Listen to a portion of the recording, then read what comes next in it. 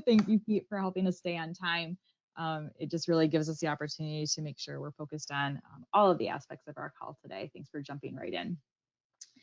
As we look at our Teach Back assignments and our Teach Back plan, let's just all remember that really this is just an opportunity to familiarize ourselves with the material and with just the feeling of delivering the material. Bringing out some core concepts or even just some slides that maybe just need a little different nuance in how we facilitate them, and that gives us an opportunity to discuss it as a group. And taking the time to plan and prepare for your slide, we're really just looking at, what's the core thing, the core concept, the pivotal point that you're wanting to bring to participants with these particular slides. You have 5 minutes. You have 5 minutes to present a slide. It doesn't mean you have to take up the whole 5 minutes. It doesn't mean you have to get everything in about the slide in those 5 minutes. But for our time today, we're going to provide 5 minutes. And I've asked Pete to chime in and just say, hey, 5 minutes. And then you as facilitating can decide where you want to go from there. Of course, as you did last week, we'll spend some time reflecting. What did you like and what would you like to change? So Heather is up first, and she has, for our reference, she has slide 6 out of the communication profile module, talking about express behavior. Heather. I'm always struck by this slide in terms of, we talk about our objectives with this module being, behavioral tendencies and being able to describe and distinguish them. And I think in that conversation, there's a lot of other things that come up around that, like, what does that mean in relationship to my needs and values? What about my attitudes? Choice is clearly a big part of that in how we then decide on which behavior to act in. And so for purpose of this slide is want to distinguish that needs and values really relate to that piece of who we are and and what's important to us. And those are the things that we talked about earlier that are formed over time based somewhat on nature and also nurture. So what experiences do we have that dictate what's important to us and what we need and value?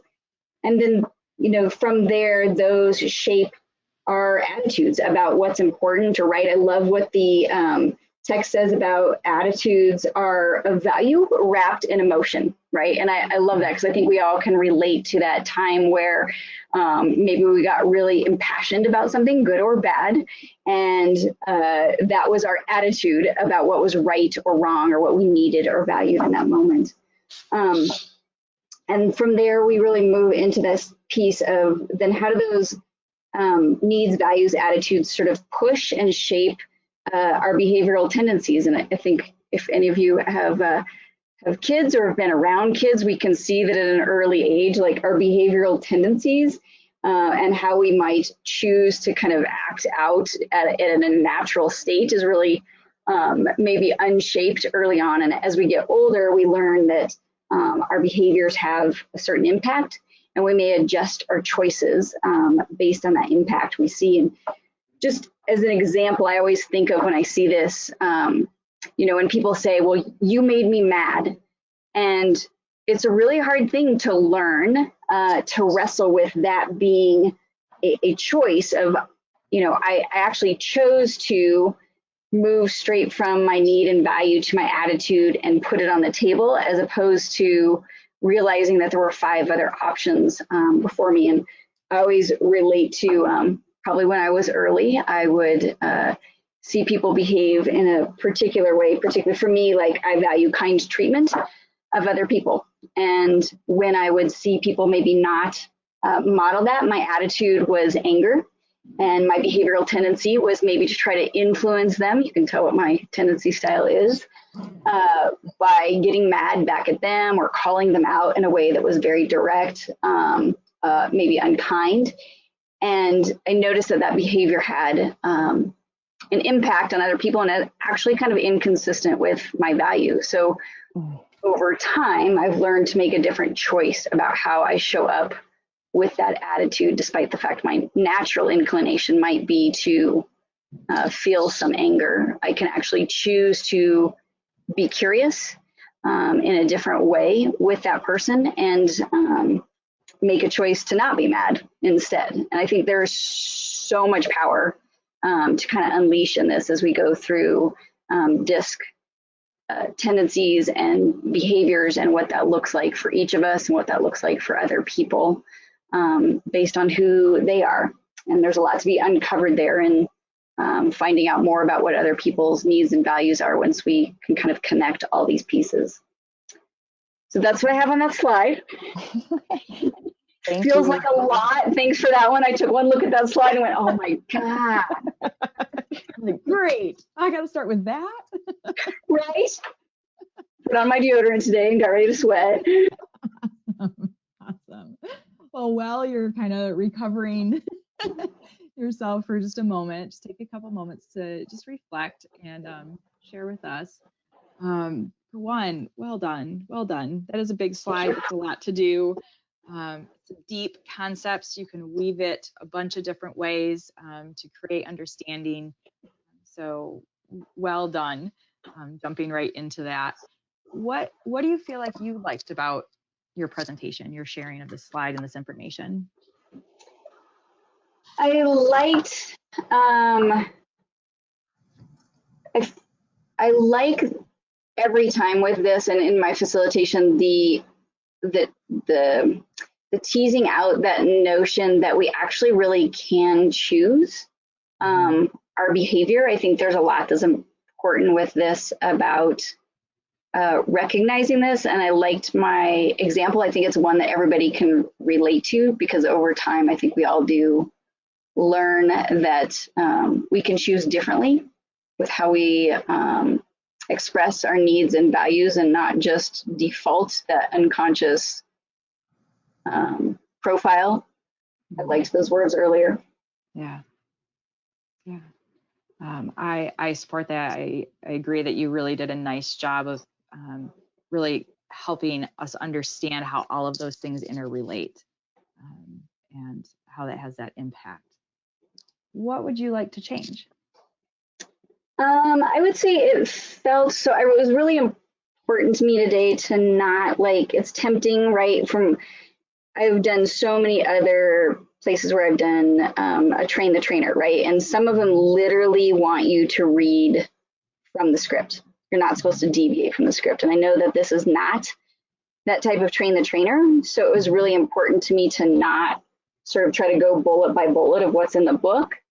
And that said, it's very apparent that it's still new, and I would like to change the degree to which it's focused and doesn't feel all over the place. Yeah. That's some really incredible insight on your part, and just being able to understand that there's a difference in how we facilitate this material compared to maybe other things that we've done in the past, but to also realize that there's an opportunity to like lay it out. Like, here is the information, and now let's talk about what that means. Mm-hmm. And it sounds like you were kind of realizing that as you were sharing this information with us. It's like it can feel all over the place if we don't lie it out first and then talk about it. Mm-hmm. Yeah, very insightful. I really enjoyed listening to you, just from a personal feedback standpoint. You have a very personal, easy tone of voice. Your pace, I can't literally see you right now, and I feel like I can just picture you creating a very warm atmosphere with your presence. And there was a clear indication that you understand the material, you own it, you get it, that you're not just giving information, that you can see how it applies. I thought you had great examples to help me picture, like, oh, I understand young children. We see this in young children. And I love some of your phrasings. It pushes us to shape our choice, pushes us to shape our behavior was a phrase I wrote down. And how you wove in that there's an impact to our behavior, because then you're going to be able to draw that thread right back to the solution. That's great. Marcia, what are your thoughts that we want to share with Heather? Well, I, of course, agree with both of you. I loved your using your personal experience in life as an example that makes this real. It gives our learners something to really relate to.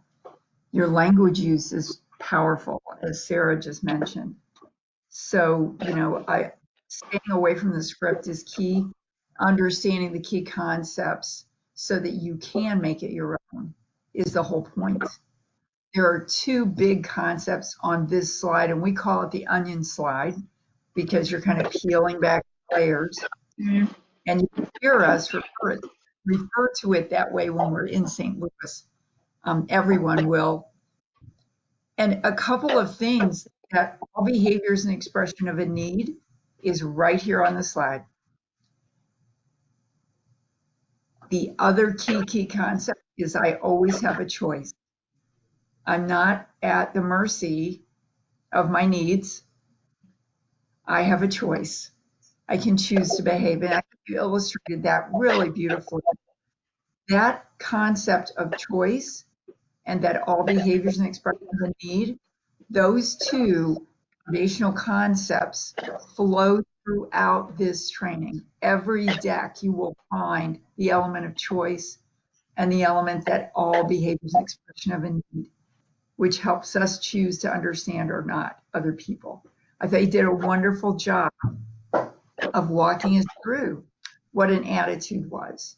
And that tendency isn't who we are, it's a choice. So great job, Heather. Really, this is a huge slide. You can teach this slide for 15, 20 minutes when you get rolling on it. So you did a wonderful job in 5 minutes. Thank you for preparing what you did. It was very, very obvious. Yeah. Thank you very much for that feedback. And the acknowledgement that it was a lot. I do appreciate that. A lot. I know what Stephanie has too, so I feel for her as well. So in our solidarity with Stephanie, she's going to move into a slide that does require some audience participation. And it is a lot of information, and we have only given her 5 minutes. So let's just kind of bear in mind, this is just a practice session for the material and the experience of sharing it with an audience. So Stephanie. Okay. Well, this does require some audience participation. So sit up, pay attention, get onto that edge of your chair, because you get to hang out with me. Okay. So we can't do the full activity because we're not all in a room together. However, we're going to do an abbreviated version. So I would like everybody to take a moment and think about their primary behavioral tendency, where on the disc they fall. So the full exercise would be to split everybody up into those tendencies and have you plan a vacation. So think for a second, because we've all done this activity before. Think about what one or two main things that come to the forefront of your mind based off your tendency. And I'm just going to, if one or two people could shout out when I call your tendency, just the briefest, quickest thoughts that you have on planning a vacation, wherever that may be. So if you're a D, give me two things that you'll think about right off the bat.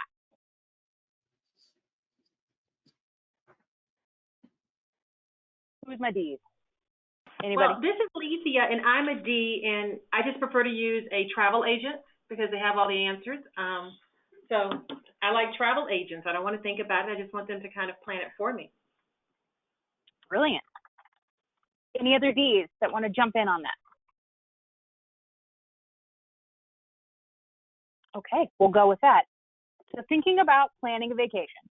If I have an I in the room, what are some of the things that come to the forefront of your brain? This is Morgan. And thanks, Morgan. I was all about the fun excursions.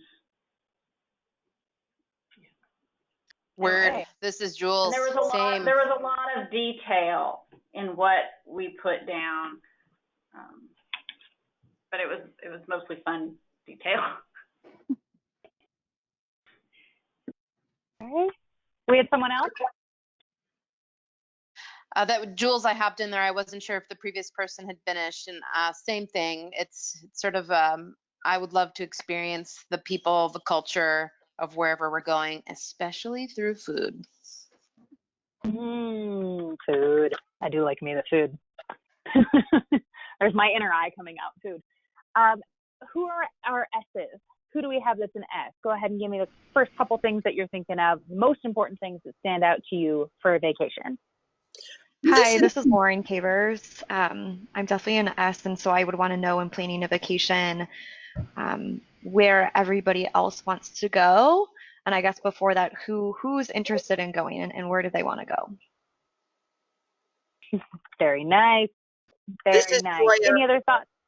Yep. This is Joya. I would have the same thought, and I'd want to make sure that we were doing things that everybody wanted to do.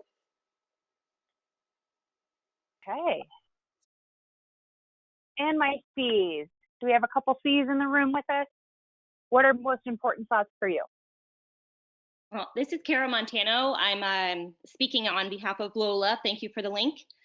I'm a high C, so I would have everything planned out to the detail. I'd probably even have it in a binder, probably have a timeline to give out to everybody. I would just be thinking of how to make it organized and easy to execute as possible. Oh, someone who's seeing the inner me. I like that. Well, thank you all for stepping into that brief exercise for me. We are going to go over 5 minutes, but suck it up because I'm not going to stop. So I'm going to do that. If we look at what we just talked about, our D's, they talked about using a travel agent or direct, and that because that way it's direct and have all the answers. So what would we say is their psychological need? For a D, the psychological need sounds like it's to direct and control.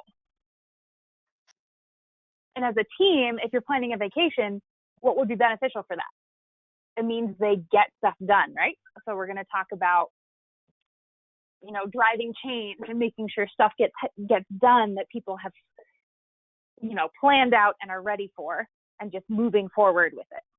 So that could be a team strength. Based off this, for who speaks what, it sounded like they just want to get stuff done, move forward, and take a personal challenge for where they're going. For a D of fear, I could imagine from the example of getting a travel agent is that typically it's a loss of control, but this way they're giving it to someone who knows what they're doing, and that way they don't have to worry about it. So we have that mitigated that fear of loss of control. And then an overextension, everybody's been on that vacation where they have someone saying, let's go, let's go, let's go, let's go, stop talking, let's move. There's your impatience. And a typical D for all of us who, if you think the way that I think, I like to place personalities on top of characters that I know. Hopefully we've all seen the movie Shrek. If we haven't, your main character, Shrek, he's basically a D. If you've seen Toy Story, Buzz Lightyear, your basic D right there.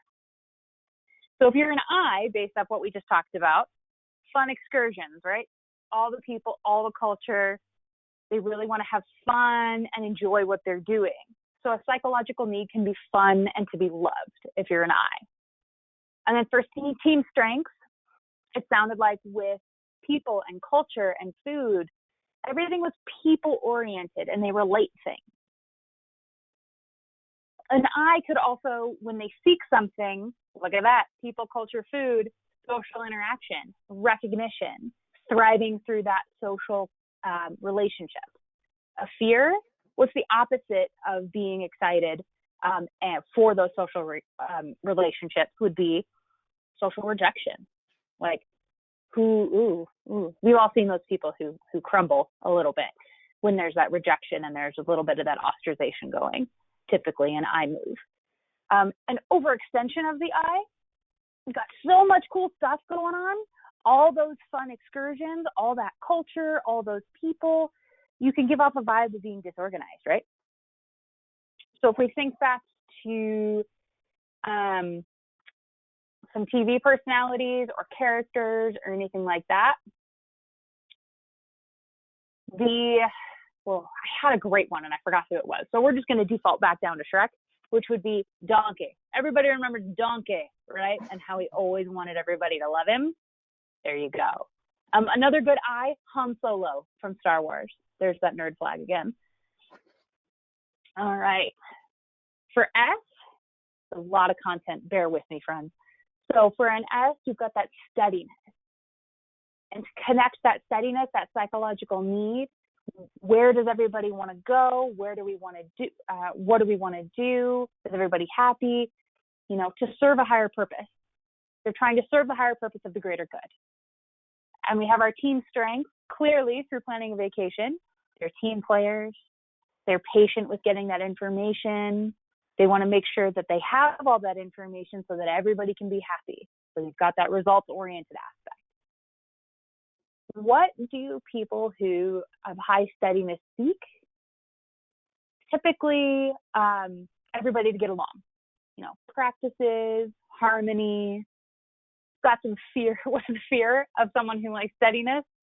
Loss of stability. Hi, my name is Stephanie. I have a fear of loss of stability. There you go. Now you know a little more about me. And the overextension, possessiveness.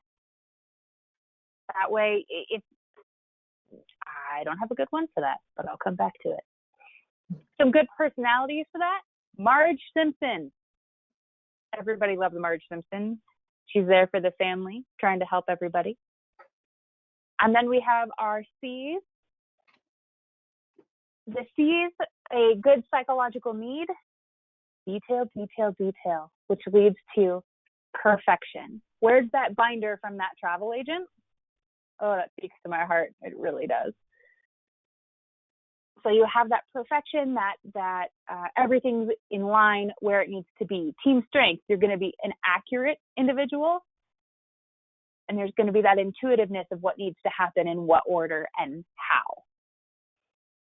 A C typically seeks compliance with higher standards, with their own high standards, which goes hand in hand with that psychological need of perfection.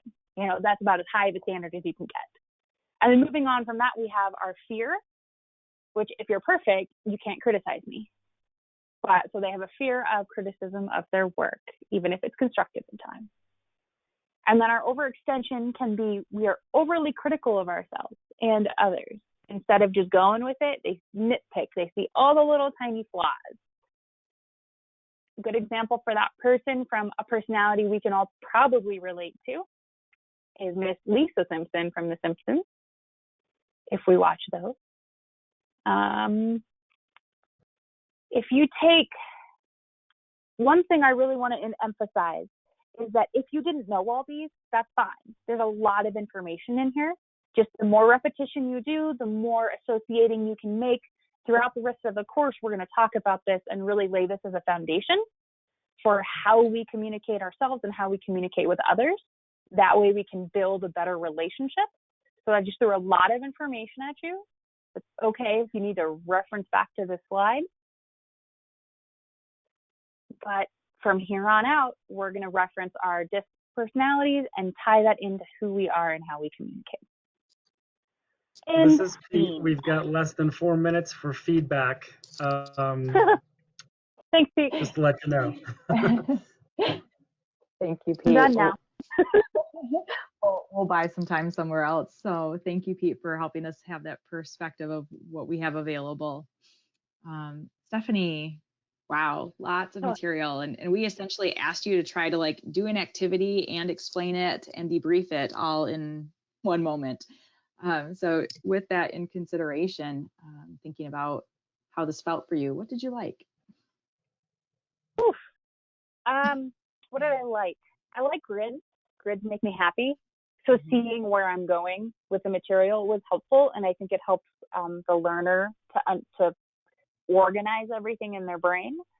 I like activities that move you, where you physically get up and move. So I am excited to see that in action, because then people get up and they're going to be around individuals that share their learning tendency and their behavioral tendency. And because of that, there's going to be that instant camaraderie.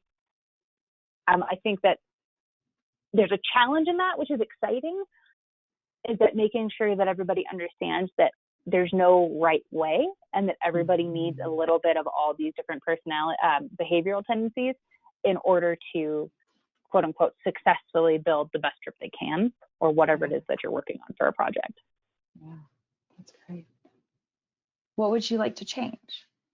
Oh my Lord, so much. There's a lot of me talking. And I'm thinking that I need to be a little clearer also when we move from the activity to the self-check, that I'm making it clear that it's a self-check. Because I just kind of went into it, and halfway through I went, oh, look at that. Didn't talk about the self-check bit. So emphasizing that try and fill this chart out. We're going to go through it and then moving forward from there. And also I talked a lot. That is a lot of just me straight, just blabbing. I like to talk.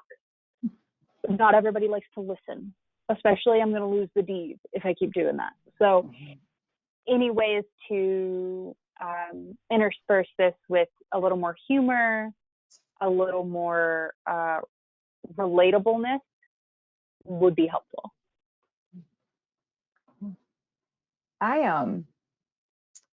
I actually think your ability to relate it to yourself, to society. Actually, there was a comment in the chat box that one of your colleagues said, great job relating it to movie examples. You also did a really nice job drawing in the thread of the activity into the self-check. All of us that have facilitated this that are hanging out on the call will tell you that this is like almost like a drudgery slide to try to facilitate, because it is just like going through and giving information and like kind of checking the boxes and animating it. And I really feel like you brought a lot of your bright presence and your energy to it. And I can almost picture you in an actual facilitated environment where you have the people in the group, and then you're moving through the slide, and then you're bringing those connections through. I think you would have a lot of fun with this slide. Yeah, I was sharing with Heather earlier, and she knows from other facilitations that we've done, I rely a lot on my facial expressions and my gesticulations and body movement. And so when I looked at this slide, I was like, they can only hear my voice. I didn't, there was a moment of, oh Lord, what am I going to do? Yep. And I think you did a beautiful job of still bringing all of your other nonverbals through your voice in this particular medium, because the energy definitely came through, and your enjoyment of this material came through. I do like that you are already correcting yourself between personality and tendency. That's just something that we're all continuing to discipline ourselves with. And you've already acknowledged, like, how do I make sure to bring this information and keep in mind the different tendencies in the room. This is after a long section, and people are just kind of like, man, can we get through this? So balancing out the personal connection, the examples, with also like moving through the bullets and then tying them back to, you can write this, it's on your laminated sheet. This is for your reference. So you're already reflecting on the things that I would provide feedback on. So. Yay. Marcia, anything you want to add? Stephanie, you're fantastic. I would love to sit in your class. I think you're so engaging and fun and interesting and self-disclosing, My C loves this. I love that. And everyone has said how much we love you connecting it to characters, whether it's Shrek or Lisa Simpson. Very, very, very fun. So just terrific job. As you said, this is not a teaching slide. This is a self-check. So you're going to be walking through. I thought you handled this really nicely, since you're on a bloody phone call and you don't get to have people jump up and do the activity. But typically you'll set up the activity, the D's, the I's, the S's, and C's, and then you'll come out of it with saying D's, report on your vacation, which they'll do in about 2 seconds. And then you can let's do a self-check. What do you hear? What do D's need? And you can just walk through and make it fairly interactive. For today, I love the way you did this. Yeah. Thank you. Yeah, you're fabulous. I'll teach with you right now. Let's go. I would say to everybody that first line is key. Psychological need.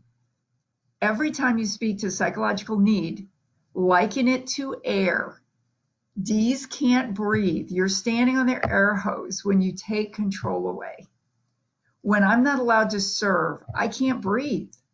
And I'm really, really unhappy. All of you can relate to that, right? So I find that to be really impactful to let folks understand it's like air. It's not just like I need a Coke or I need a brownie, which of course I do, but this is like air. So anyway, I hope that's helpful. Your understanding was terrific. I love the way you teach. Thank you for taking this on. It's a lot to do in a little teach back, and you did it brilliantly. Thank you. I was quite intimidated. I would be too. I was listening to, oh, the heck is she going to do this? Marcia, Sarah, this is Mary Margaret, and I just want to say how excited I am that Heather and Stephanie will be on the Colorado team with me. And guys, you're making my job really easy. I'm so excited. You both did a fantastic job. Thank you so much. Good job. The bar is high. We have a wonderful group. Yeah. Thank you, Mary Margaret. That was fantastic. Can I add one more thing, Sarah? Yeah. You know, what I really like about this slide is there's a lot of content. When we talk about layers of teaching and repetition, when we reflect at the end and say, when we look at the flip charts, you know, what do the D's need? What do the I's need? What do the S's need? What do the C's need? We're actually laying that foundation for style flexing to be able to meet those needs. And they don't even know what's coming, but that will help them understand better, I think, what's coming. Absolutely. Yeah. You made Marcia's whole life there, Kristen. Like, Yes, you did. Oh my. Making connections. This is intentional. So Fun Sponge update. We're 4 minutes and 30 seconds over time.